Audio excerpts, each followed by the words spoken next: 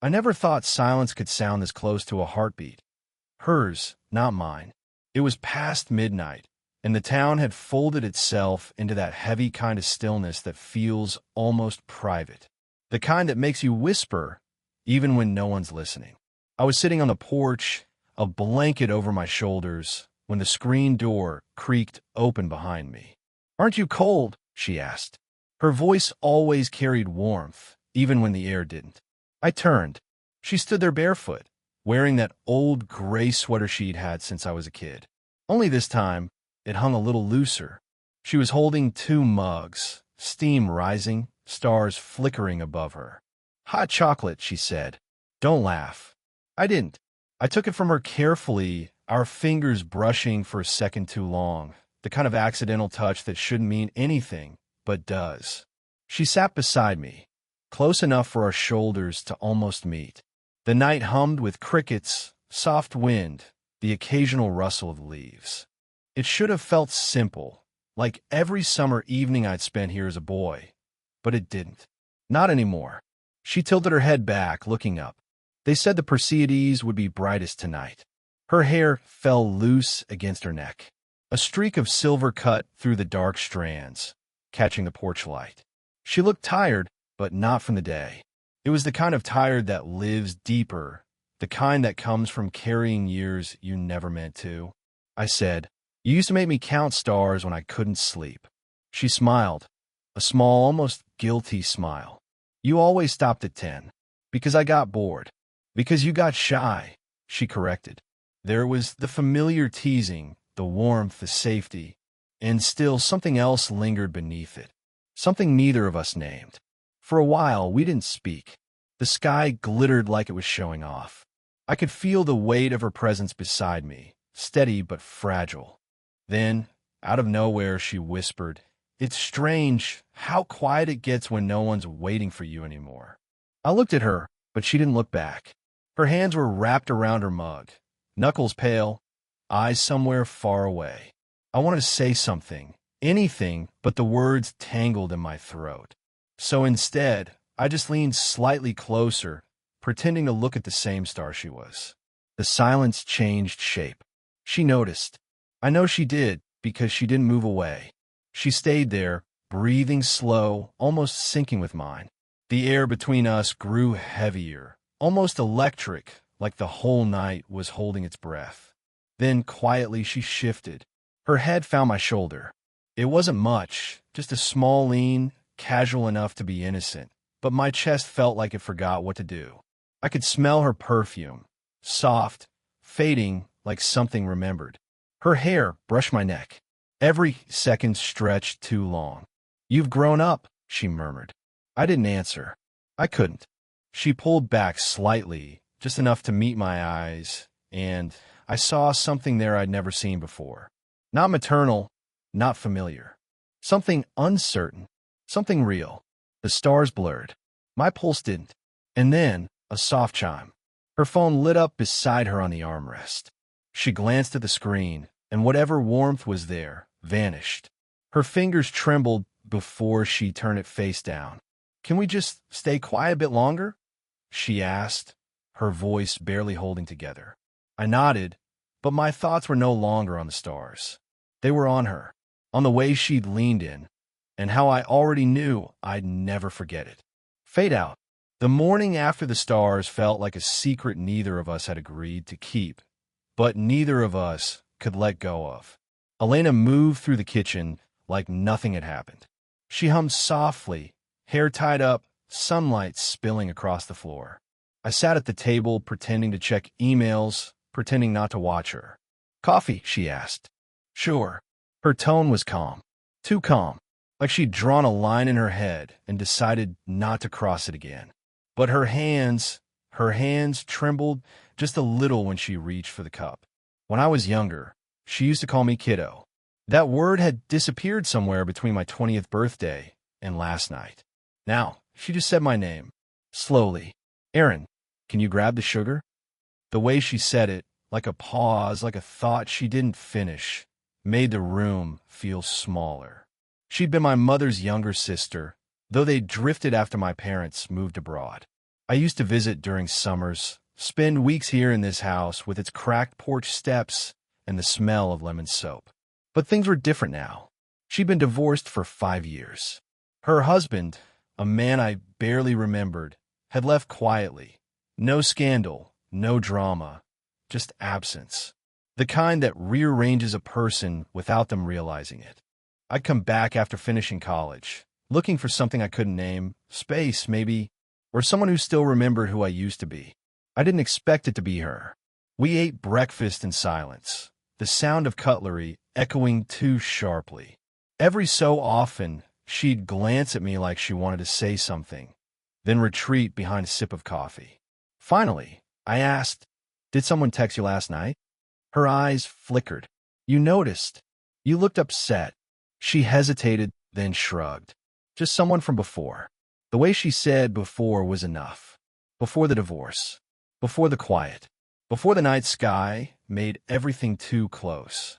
"I'm sorry," I said. She smiled faintly. "Don't be. You're not the reason I stay up late watching the stars."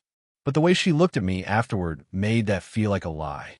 By afternoon, rain began to fall.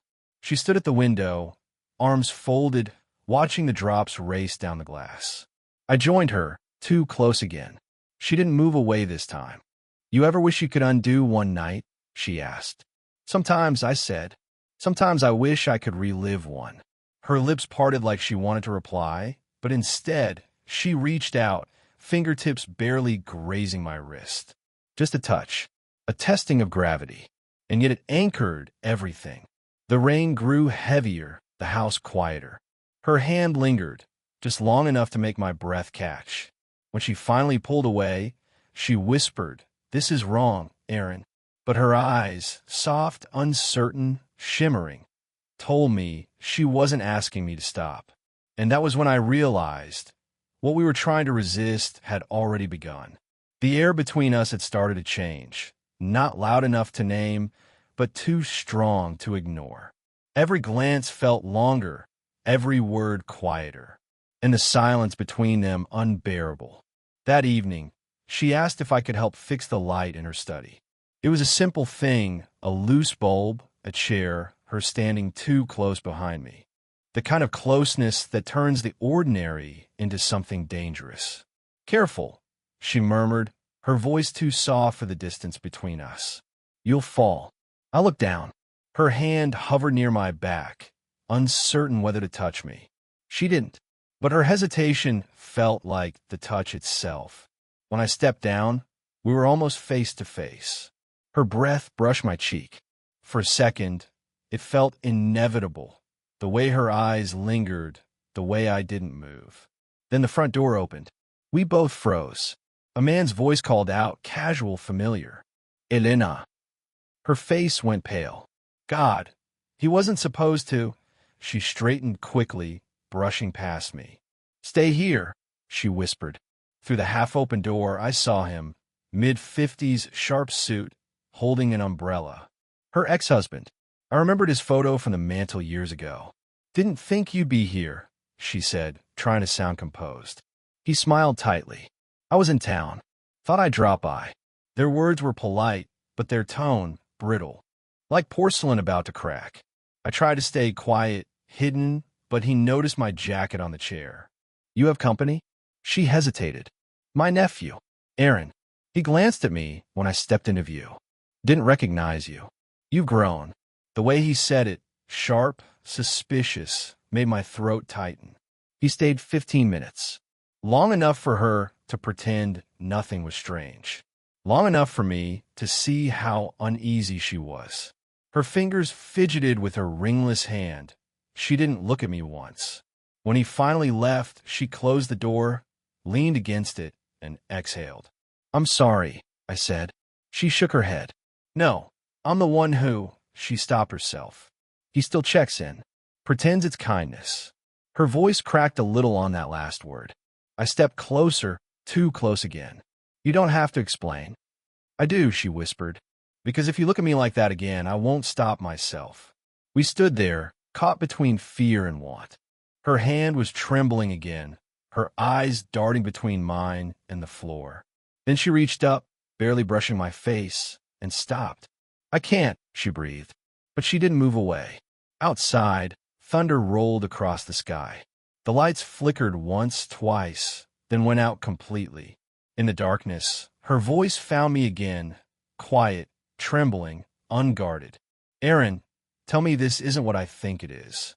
I didn't answer, because the space between us had already vanished. The storm never really left. It just moved inside the house. 2 days after her ex-husband's visit, Elena stopped coming down for breakfast. She spent her mornings upstairs, curtains drawn, the sound of soft music slipping through the cracks in the door.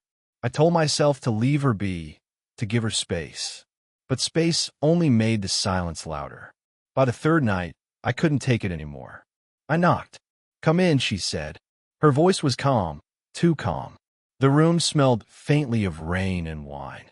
She was sitting on the edge of her bed, a photo album open beside her, her younger self smiling next to a man who no longer existed in her life. "You shouldn't look at me like that," she said without turning. "Like what? Like you think I need saving." I stepped inside. "Maybe I just don't like seeing you hurt." She laughed softly, a sound more bitter than kind. "You think this is hurt?" "No, Irene. This is what comes after. When you realize you built your life on something that was never real." I didn't know how to answer. She finally looked at me, eyes rimmed red, not from tears but exhaustion. "You should go back soon. You've got your whole life waiting. Stop saying that like you don't." Her expression flickered, a split second of something raw, defenseless. Then, sharper, "You don't know what you're doing." "Then tell me," I said quietly. "Tell me what I'm doing wrong by caring about you." Her breath caught. The air thickened between us again, familiar, dangerous. She stood up, closing the distance. "You think this is simple? You think this is some kind of—" She stopped mid-sentence, realizing how close we were. Inches, her pulse visible just beneath her skin. "You should be out there," she whispered, voice trembling, "falling in love with someone your own age." "Not." She trailed off, but her eyes betrayed her. "Not me." The words hung unspoken, but heavy enough to make my chest ache. I reached out, slowly, not to pull her closer, but just to touch her wrist. She didn't move. "Elena," I said, her name catching like a breath. "You don't understand. I tried to leave this alone. I can't." Her hand lifted, maybe to stop me, maybe not. "You can't say that." "But it's true." Her lips parted like she wanted to argue, but instead she stepped back, then forward again like her body couldn't decide which side of the line to stand on. "You'll regret this," she said finally. "I already do," I whispered. The words hung there, confession and surrender all at once. Outside, lightning flashed, flooding the room in white light. For a heartbeat, everything was exposed. Her eyes, the distance, the truth. She took one trembling breath, then closed it. "Aaron," she said, almost pleading, "don't make me choose." And then, a knock at the door. A man's voice from the hallway. "Elena? Are you in there?" Her eyes widened, and everything stopped. The voice behind the door froze her mid-breath. It was my mother. "Elena? It's me, open up." My chest went cold. She wasn't supposed to arrive until next week. Elena turned toward me, panic flickering through her eyes. "You have to go through the back." "What?" "She can't see you here." "Not now." Her whisper was frantic, trembling. She pushed at my chest lightly, urging me toward the adjoining room. But the knob turned before I could move. My mother stepped in, rain clinging to her hair, suitcase in hand. "Well," she said, scanning the room. "Didn't expect company." Her gaze darted between us. Elena in her robe, me standing too close, the electricity still hanging in the air. "Aaron," I swallowed hard. "Mom, she needed help with the lights." Elena added quickly, "It went out during the storm. He was just leaving, but the damage was already done." The silence that followed was sharp enough to cut through. My mother's expression shifted from confusion to understanding, and then disbelief. "Oh, Elena," she said quietly. "You don't learn, do you?" Elena flinched like she'd been struck. That's not fair. You promised me you'd stop doing this. Pulling people in when you're lonely. I stepped forward. Don't talk to her like that. My mother turned to me, hurt, furious, maybe both. Do you even hear yourself? She's your aunt.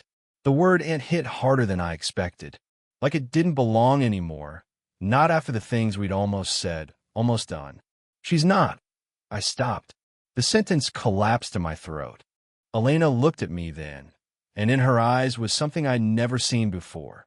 Fear, yes, but also something darker, shame. Aaron, she said softly, warningly, please. But it was too late. The truth was already half-spoken, and half-truths never stay quiet. My mother took a slow breath. You think she's different with you? She did the same thing after the divorce. Found someone to make her feel young again, then left before they realized it was never love, just guilt. Elena's face drained of color. That's not what this is. Then what is it? My mother demanded. Elena didn't answer. Her lips trembled, her hands clenched at her sides. I'd never seen her look so small. Something in me snapped. You don't know her, I said. You don't know what she's been through. My mother shook her head, tears forming. And you don't know what she's capable of. Then she turned and left, the door slamming hard enough to rattle the frame. For a moment, all I could hear was rain. Elena sat down slowly on the edge of the bed, staring at the floor. She's right, she whispered. I hurt people without meaning to. I knelt beside her. You didn't hurt me. Yes, she said, voice breaking. I already have. She looked up, eyes full of everything she'd been holding back. Because when you said you couldn't stop thinking about me, I realized I've been trying not to admit that I feel the same. The words fell between us like a confession and a curse at once. And for the first time, I didn't know whether love was saving us or ruining us. The house felt smaller after that night. Every sound, the creak of the stairs, the dripping faucet, seemed to echo longer than it should. My mother hadn't spoken to me since she left, and Elena hadn't come out of her room. I told myself to pack my bags, to leave quietly before morning. But I couldn't. I couldn't leave her like that. When I finally knocked, she didn't answer. So I pushed the door open. She was standing by the window, the same gray sweater hanging off her shoulders, a small suitcase half-zipped on the bed. You're leaving, I said. She didn't turn around. I was supposed to drive up to my sister's this week anyway. That's not why. She sighed, resting her forehead against the glass. It's better this way, Aaron. For both of us. I stepped inside, heart pounding so loud I was sure she could hear it. You're running again. She turned then, eyes tired but not cold. You think I don't want to stay? You think I haven't thought about it every minute since that night? Then don't go. Aaron, she whispered my name like it hurt. You don't understand what happens if I stay. I don't care what people say, but I do. She snapped, her voice breaking. You think it's just whispers and judgment? It's my family, your mother, the life I've already ruined once. She took a shaky breath, lowering her voice. I can't destroy another one. I wanted to argue, to tell her love wasn't destruction, that it didn't have to be. But the truth hung heavy between us. Maybe it already was. I moved closer, slow, until she didn't back away. What do you want, Elena? Her eyes flickered. To stop pretending this didn't happen. Then stop. She stared at me for a long moment, searching for something. Hope, forgiveness, maybe a way out that didn't exist. Then, with a trembling hand, she reached up, brushing her fingers against my jaw. It wasn't passion this time. It was goodbye dressed as tenderness. Aaron, she whispered, if I stay, you'll resent me one day. You'll wake up and realize you traded your future for someone who was already looking back. I shook my head. You don't get to decide what I regret. Her voice softened. I'm not deciding. I'm saving you. The silence that followed felt endless. The storm outside had quieted. Only the wind moved through the trees. She leaned forward, just enough for her forehead to rest against mine. For a moment, everything went still. Our breaths, the distance, the ache. I love you, I said finally. The words escaped before I could stop them. She closed her eyes. I know. And then she stepped back. The sound of the zipper on her suitcase felt final. When she left the room, she didn't look back, but the faint smell of her perfume lingered, a ghost that refused to leave. I stood there for a long time, staring out the same window she had. The stars were out again, bright, endless, unbothered. Maybe love doesn't always end with someone staying.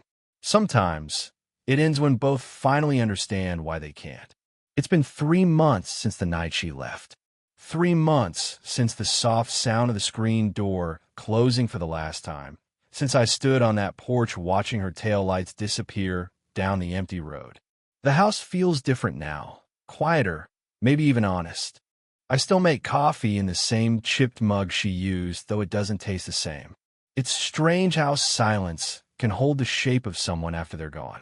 Mom calls sometimes. We don't talk about Elena. Not directly, anyway. She asks if I'm working, if I'm sleeping, if I've moved on.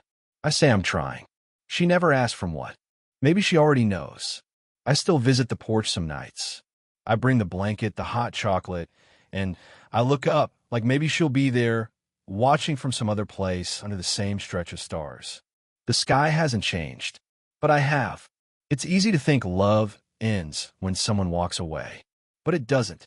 It lingers in the smallest places, the way you stir sugar into coffee, the smell of rain on wood, the ache that comes when a song ends too soon.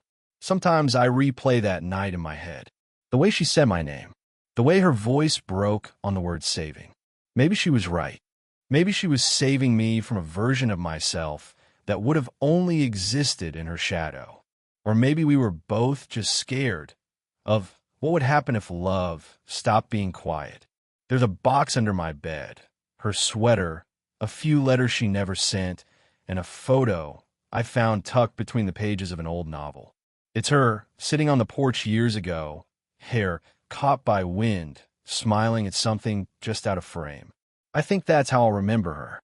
Not as a mistake, not as something forbidden, but as a moment that changed the way I understood love, the kind that isn't meant to last, but still teaches you everything about what it means to feel. Last week, I drove by her house. It's empty now, the paint peeling, the grass overgrown, but the porch light still works. Someone must have replaced it. I parked for a while, windows down, watching the stars flicker through the clouds. For a second, I thought I saw her, just a silhouette in memory, sitting there again, holding 2 mugs, waiting for me to count to 10. I smiled, and for the first time it didn't hurt, because some loves don't fade. They just learn how to live quietly inside the spaces you don't talk about. And when I finally started the car and drove away, I didn't look back. I didn't need to. The stars were enough. Did you feel that too? If this story moved you, leave a comment and tell me which moment hit hardest. Subscribe for more deeply human love stories, the kind that don't need perfection, just honesty. And if you believe love can be both painful and beautiful, share this video. Let someone else feel it too.